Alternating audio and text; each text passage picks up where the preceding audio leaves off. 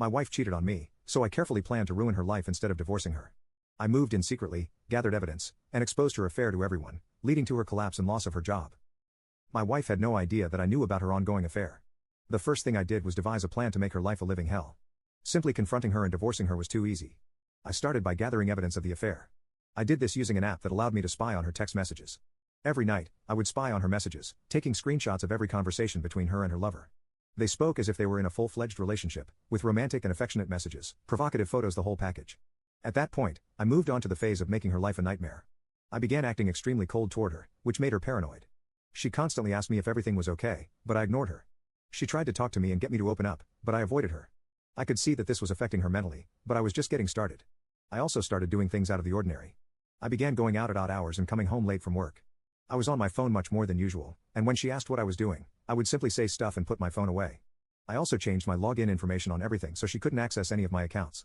At this point, I informed my best friend, my older sister, and two of my closest friends, including Nina, about what was happening. Take note of Nina, as she'll come into play later. A month of acting cold toward my wife was all it took for her to lose her mind completely.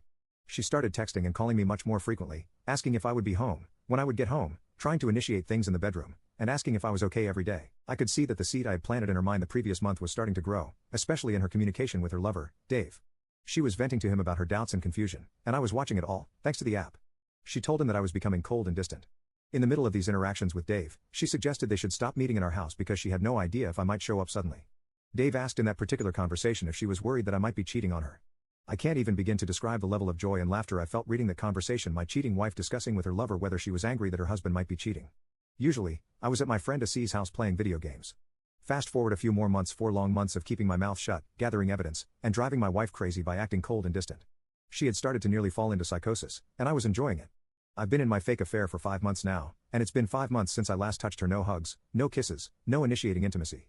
Not that I needed to, she was still sleeping with Dave, just at his house or in motels.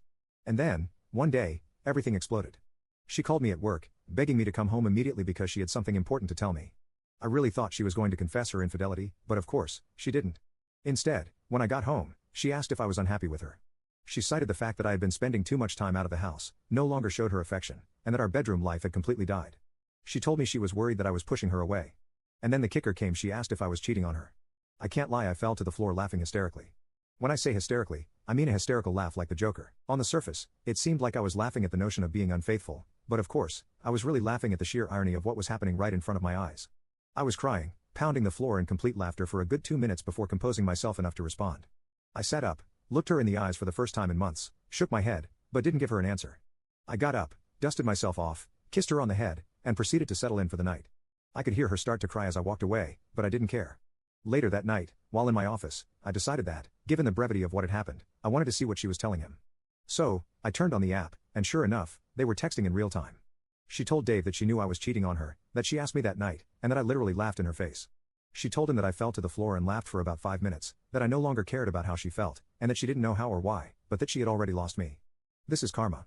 The smile on my face as I read that must have resembled the Cheshire Cat's. She was falling apart. Dave tried to console her by saying that if I had cared enough, she wouldn't have had to turn to him to give her what I wasn't giving her. The tone of her replies told me that she was now having doubts about him, too. During all this, I was also carrying out another part of my revenge plan. This part involved getting all my financial matters in order. You see, not long ago, I met with a family lawyer to get the divorce papers ready. With the mountain of evidence I had accumulated up to that point, the overwhelming amount of proof I had gathered. You can click on share and more to see if there is a part 2.